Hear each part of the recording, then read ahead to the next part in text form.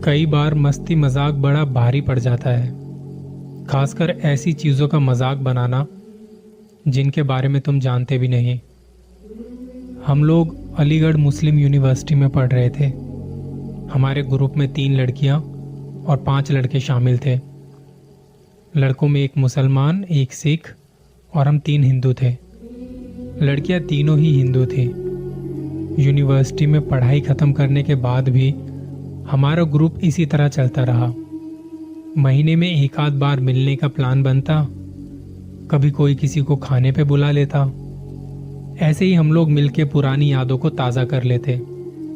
इसी तरह सर्दियों के मौसम में एक ठंडी शाम किसी एक दोस्त ने खाने पर बुलाया और वहाँ प्लान बनता है कुछ खतरनाक किया जाए, कुछ एडवेंचर करते हैं। किसी ने पहाड़ों पर जाने को कहा तो किसी ने गोवा के बीच पर जाने को कहा। सरदार जी ने कहा कि पंजाब चलो, बड़ा मज़ा आएगा। अब इस बात पर सब लोग आपसी सहमति से मान गए और प्लान बना लिया, अगली बार मिलेंगे तो पंजाब चलेंगे। वक्त गुजरते ज़्यादा दिन नहीं हुए, सबने पंजाब जाने की ट्रेन बुक की और निकल पड़े वहाँ की ओर। दिसंबर महीने की सर्दियाँ थी, बाहर धुंध छाई हुई थी। हमारी ट्रेन जिस वक्त पंजाब पहुंची 8 बज रहे थे। 9 बजे ट्रेन किसी छोटे से अनजाने स्टेशन पर रुकी। पता किया तो लोगों से मालूम हुआ इंजन में कुछ खराबी हो गई है, सुबह तक इंतजार करना पड़ सकता है। दूसरी ट्रेन नया इंजन लेके आएगी, तब गाड़ी आगे बढ़ेगी। सरदार जी ने ट्रेन से निकल के देखा, कहा कि 2 स्टेशन छोड़ के हमारे गांव का स्टेशन है, कहो तो पैदल चलते हैं, ज़्यादा वक्त नहीं लगेगा। सबको लगा कि सुबह तक रुकने से अच्छा है कि हम पैदल निकल चलते हैं। जैसा कि हम लोगों ने पहले कहा था, कुछ एडवेंचर करने का मौका भी मिल गया। हम सब ने अपने बैग कंधों पर डाले और निकल पड़े। बातें करते हुए अपनी मस्ती में जा रहे थे। रात के 9:30 बज चुके थे। सारे के सारे सरदार जी के भरोसे उनके पीछे चल रहे थे, क्योंकि रास्ता बस उसे ही पता था। लगातार 2 घंटे तक चलने के बाद लगा कि थोड़ा रुककर आराम करते हैं। इतने में अगर कोई गाड़ी मिल जाती है तो उसमें लिफ्ट लेके चलते हैं, मगर उस सुनसान कच्चे रास्ते पर कोई गाड़ी दिख जाए ये नामुमकिन था, वो भी आधी रात के वक्त। हमारे आसपास दूर दूर तक बस खेत ही खेत नजर आ रहे थे। रात के सन्नाटे में कुछ कुत्तों के भौंकने की आवाज भी आ रही थी। कुछ देर तक तो वो भौंकते रहे, फिर एकदम से उनकी आवाज बड़ी अजीब सी हो गई। इसी दौरान दूर कहीं से गाड़ी की लाइट नजर आई। एक तरफ तो हम कुत्तों की आवाज से डरे और सहमे से थे, और दूसरी तरफ एक उम्मीद भी थी कि कोई गाड़ी तो दिखे, इसमें लिफ्ट मांग सकते हैं। जैसे जैसे गाड़ी करीब आ रही थी, कुत्तों की आवाज और तेज हो गई। हमारे एक दोस्त रजमान ने बताया कि कुत्ते ऐसे तब भौंकते हैं जब उन्हें कोई दिखाई दे, जैसे कोई भूत, प्रेत या आत्मा। रात के सन्नाटे में जब इस बात का जिक्र हुआ तो हम सब ने उसका बहुत मजाक उड़ाया, क्योंकि हम लोग ये सब चीजें नहीं मानते थे। सरदार जी ने नकल करनी शुरू कर दी कुत्तों की, और हम हंस रहे थे। जैसे जैसे वो भौंक रहे थे, सरदार जी भी वैसी आवाज निकाल रहे थे।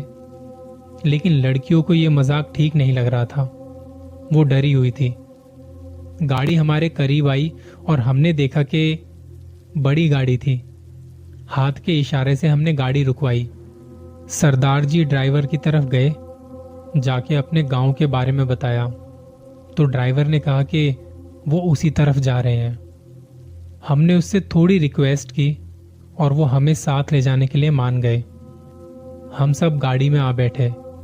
हमारा एक दोस्त सुरेश, जिसने रजमान की बातों का मजाक उड़ाया था, वो था भी थोड़ा मजेदार किस्म का बंदा।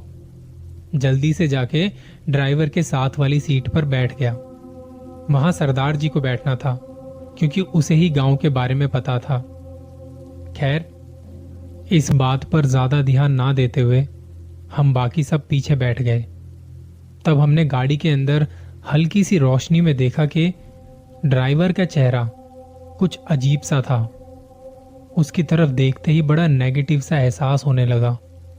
वो सारे रास्ते खामोश ही रहा, किसी से कोई बात नहीं की, जबकि हम सब मस्ती मजाक करते हुए जा रहे थे। सुरेश ने यहां भी रजमान की जिन वाली बात नहीं छोड़ी और वो इसका मजाक बनाता रहा।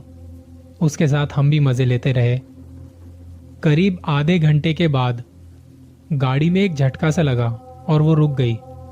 हमने गाड़ी से बाहर आके देखा तो एकदम गुप्त अंधेरा था, धुंध छाई हुई थी। ये जगह ऐसी लग रही थी मानो सब खत्म हो चुका है, जीवन में कुछ बचा ही नहीं है। हमने ड्राइवर को देखा और रुकने की वजह पूछी। उसने कुछ नहीं कहा, गाड़ी से उतरा और गाड़ी का पूरा चक्कर मार के फ्रंट सीट पर बैठे सुरेश की तरफ आया और दरवाजा खोलकर हमारे सामने उसने सुरेश की गर्दन पकड़ ली। हम जैसे ही उसकी तरफ आगे बढ़े, ड्राइवर का चेहरा अपना आकार बदलने लगा। आंखें बड़ी बड़ी और लाल लाल हो गई, दांतों में नुकीलापन आने लगा और तभी उसने सुरेश की गर्दन में अपने नुकीले दांत गाड़ दिए। ये देखते ही लड़कियों की चीख निकल गई।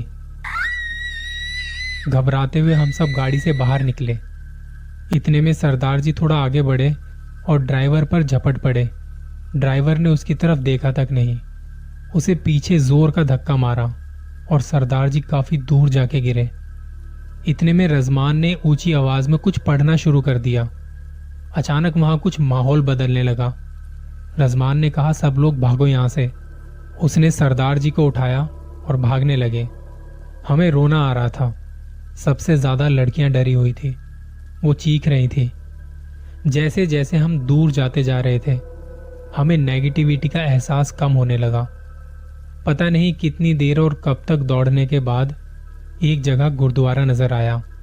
सब भागते हुए गुरुद्वारे में पहुंचे। लड़कियां वहां जाते ही बेहोश हो गई।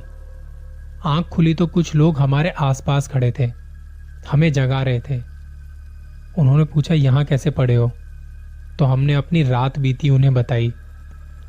अब जाके हमें कुछ सुरक्षित महसूस हुआ। दिन के उजाले में कुछ लोग हमारे साथ उस जगह तक चले गए। रात को हम सीधे रास्ते पर बस भागते हुए आए थे, तो अब हम वैसे ही सीधे सीधे चलते चले गए। वहां पहुंच के देखा तो वो गाड़ी अभी भी वहां पे खड़ी थी। हमारा सामान अभी भी उसमें पड़ा हुआ था। गाड़ी से थोड़ी दूरी पर कुछ शरीर के टुकड़े पड़े हुए थे। गले के लॉकेट और घड़ी से पता चला कि वो शरीर के टुकड़े सुरेश के थे। हमने देखा कि गाड़ी जिस जगह खड़ी थी वो एक कब्रिस्तान का मेन गेट था और उसकी हालत बड़ी खस्ता हुई पड़ी थी। लग रहा था जैसे कितने जमाने से यहाँ कोई आया ना हो। हम सब एक दूसरे को संभालते हुए वापस गुरुद्वारे में आए और फिर सरदार जी के साथ उनके गांव चल दिए। मगर हमारा दिल और दिमाग अब भी वहीं था। सुरेश हमारा बहुत अच्छा दोस्त था, उसके बिना अब खाली खाली सा लग रहा था। आज भी जब हम मिलते हैं रजमान से माफी मांगते हैं, क्योंकि हमें लगता है जिस बात पर हमने रजमान का मजाक उड़ाया था और जिसने सबसे ज्यादा मजाक उड़ाया, वो जानता नहीं था कि उसकी मौत भी एक ऐसे ही प्रेत के हाथों लिखी होगी। कभी भी इन चीजों का मजाक नहीं उड़ाना चाहिए।